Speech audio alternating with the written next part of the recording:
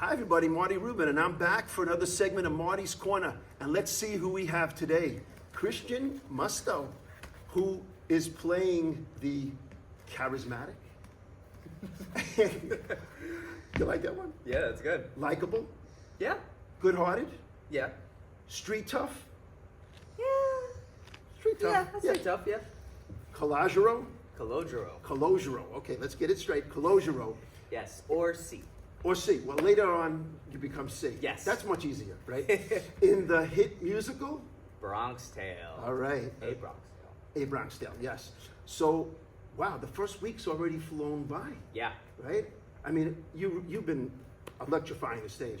You're really been terrific. What's this first week been like for you? Hectic. Going from, a couple days of tech and then going right into shows, it's like, it was just nonstop, constantly just running. But I just had a few days off, and I'm ready to go. Ready to rock and roll? Ready to rock and roll. Well, the first night, the first performance, I got to sit with your family and friends. It was right over there. Right? Yeah. There was a lot of them. Right? Yes. By the way, they were very proud of you. Yeah. I was talking to them before the show, and they were very proud of you. But Yeah. do you get a little extra juice and adrenaline when you have so many family and friends coming? Yes. I mean, I always get excited to perform whenever I just Right. hear, the rumble of, people talking. I'm like, all right, we're gonna get going. I hear the whole announcement, your wonderful voice telling everybody about what's going on here. And I'm like, all right, game time. That's it. But I think when I know that I have people here, there's a little extra there. Right, But right. nothing that's very different. You got to control it because it's Yeah. sometimes not good. Yeah. Even right. Yeah. So your character, we'll say C. Mhm. Okay. Your character C. Much easier, right? It's a tough name. Yeah. Your character has a divided loyalty. Mhm. Okay.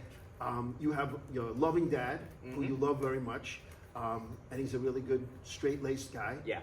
And then you have this charismatic, mob boss. Mhm. That's the lore of that is very intriguing for you. Yeah. How do you balance the different kind of loves you have for both of them? Honestly, a lot of conversations. Speaking with Chris, who plays Lorenzo, C's dad, and Luke. Actually, I haven't had a lot of conversations with Luke, but I talked with our director Todd about my relationships and what I've been thinking and stuff like that. And there's some things for me personally as Christian that I'm okay, I can understand how Yeah. C's feeling in this situation, or Right, how right. C's feeling looking at Sunny. Yes. So it's It's a balance hard. you got to It do. is definitely a hard balance, but just a lot of conversations. Just how I've been able to be okay, this is how I'm feeling at this point. This is how I'm feeling with this person at this point. Right. Yeah. Now you you're in the show and you're also the narrator. Yes. You're narrating about your life, which is Yes. very interesting. So when you're, talking about and narrating the show, and you look out onto the stage and see your 9-year-old self, your character, Mhm. see your 9-year-old self living the events that you're talking about. What does that feel like for you? You know what? For me, even though this isn't my own story, I think looking back on the events that happened, there is a sense of being proud because, the life experience of C as a whole, I got nothing. I've never been through any of that, but Right. just the idea of looking back on your history and seeing where you've come from and watching yourself grow, there's definitely a sense of just being proud Yes. of everything that everything you've been through, people you've interacted with, talked to, just Yeah. really feeling proud. Where did you grow up, Christian? Right here on Long Island. Oh, okay. On, not in, on.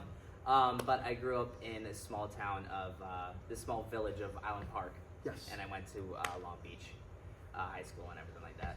So when you, Christian, were 9 years old, what were your hopes and dreams? Oh God. Honestly, performing. I knew I started performing when I was 6 years old, 7 years old. I did it at summer camp, and just ever since I did it, it was every single summer, anytime I got a chance. You caught the bug. Oh yeah, like immediately, and I just knew that's exactly what I wanted to do. And luckily my parents were like definitely pushing me in that direction. We're like, yeah, you know, this is what you want to do. Cool, here you go. Right. But did yeah. you play sports at the same time, or did? I attempted sports when I was in elementary school, Okay. but those did not go very well. Okay. I was quite a sore loser. But I did play t-ball Okay. as a kid, but it kind of stopped after that, and then Right. play with friends, basketball, whatever, all that stuff. But What do you think the 9-year-old Christian Musto would think looking on the stage and you all grown up starring in A Bronx Tale? oh gosh, you know what? I think it really is just joy. Honestly, it's probably the best way I can frame it up, because it's like, I'm living the dream. I'm living exactly what I wanted to do growing up. So it's just like, I did it. Right. Here I am. That's. When do you put on the C face? Is it on the way to the theater? Is it when you walk through the doors? Like, when do you get in that zone that you were talking about earlier? I typically, like, for me, when I hear like places or like the 5-minute call, I'm like, all right, it's time to start getting ready. Places, all right, here we go. And then like I'll be in the corner just squatting, just breathing, and just being like, okay, just take it easy. Here we go. You got this. They're all here to enjoy a great time, a great show. And as soon as I'm on stage, I'm now C. I'm no longer Christian. Right, that's nice. One of the most well-known quotes in the show is, "The saddest thing is life is wasted talent." Yes. And I relate everything to sports because I'm a big sports guy, big baseball guy. So I look at a superstar who's got all the talent in the world, and for whatever reason, the person can't handle fame, maybe the fast life of drugs, maybe they're not working as hard as they should for their greatness to come out, and then that's wasted talent in sports.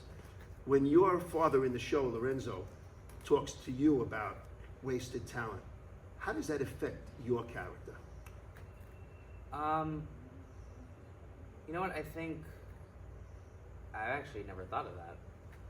Very good question. Thank you. But like, I think when I hear that for the first time, part of me is just like, especially at that point, since he says it since I'm so young, I don't understand it right away. But as I get older, I think like finding like your potential and just going for it. Right. And I think that's also why, you see C kind of start moving over to Sunny, is that like, you know what, I have potential here. These are all my friends. This is like the world that I'm living in. That's my potential. I'm gonna go for it. Right. But it's kind of it's tough because his father's such a good guy, but he's a bus driver. It's a steady life, but it's not exciting. And then you have Sonny, the mob boss, glitz and the glamour. I mean, he's the man in all over. So it's a little tricky, Yeah. But you sing so many great songs. You do it all in the show. Yeah. And when you meet your love interest, Jane, Yes. Grace Ellis Solomon, okay, Yes. who does a beautiful job, Yeah. And you sing, out of your head. Yes. I love that song. Do you think you could give us a couple of bars of that song? Get yourself ready for tonight's performance. I must be out of my head, but I got it as bad as can be. God help me, she is so fine, but it's crossing a line. Girls like her don't happen. Girls like her can't happen. Girls like Jane don't happen to guys like me. Whoa, that's very nice. I love it. Christian Musto, taking Marty's corner out with gusto. Hey, all right. Musto's got gusto. Let's do it. So, come on, you want to see the very talented Christian Musto and the rest of the supremely talented cast. We're playing A Bronx Tale straight through to June 16th, and we can't wait to see you at the Argyle Theater. See ya.